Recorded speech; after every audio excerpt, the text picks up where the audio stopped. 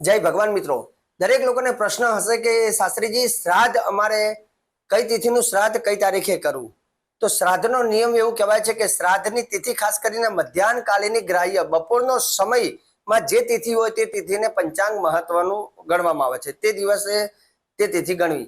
ઘણી વખત વ્રત કરીએ છીએ તો ઉદિત તિથિને મહત્વ આપવામાં આવે છે, પરંતુ શ્રાદ્ધને મધ્યાહન કાલીની મધ્યાહનનો સમય પિતૃઓનો કહેવામાં આવે છે. એટલે બપોરના સમયમાં જે સવારના 10:48 થી માંડીને 1:12 સુધીમાં જે તિથિ આવતી હોય તે તિથિને મહત્વ આપવું. તો હું તમને તારીખ વાઇઝ જ કહી દઉં કે જે લોકોને એકમનું શ્રાદ્ધ કરવાનું હોય પોતાના પિતૃઓનું, એ લોકોએ ખાસ કરીને 8મી તારીખે 8/9/2025.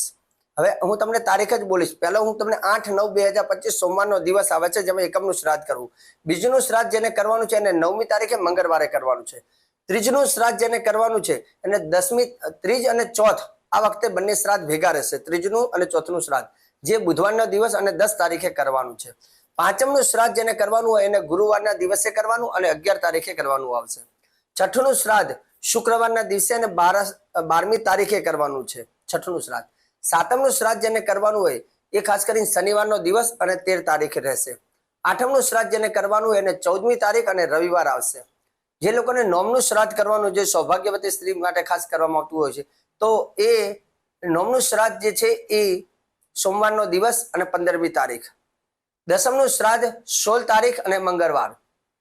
11સનું શ્રાદ્ધ જે લોકોને કરવાનું હોય એ લોકો માટે એવું કહેવાય છે કે બુધવારના દિવસે 17 તારીખે 11સનું શ્રાદ્ધ રહેશે. દ્વાદશી કહેતા 12સનું શ્રાદ્ધ જેને કરવાનું હોય 18મી તારીખ અને ગુરુવારનો દિવસ. 13સનું શ્રાદ્ધ જેને કરવાનું હોય એ શુક્રવાર અને 19 તારીખ આવશે. પછી 14સનું જે લોકોને શ્રાદ્ધ કરવાનું હોય એ લોકો એવું કહેવાય છે કે શનિવાર અને 20 તારીખ આવશે. અને પૂનમ અને અમાસનું જેને શ્રાદ્ધ કરવું હોય એની 21 તારીખ આવશે અને રવિવાર આવશે. જય ભગવાન.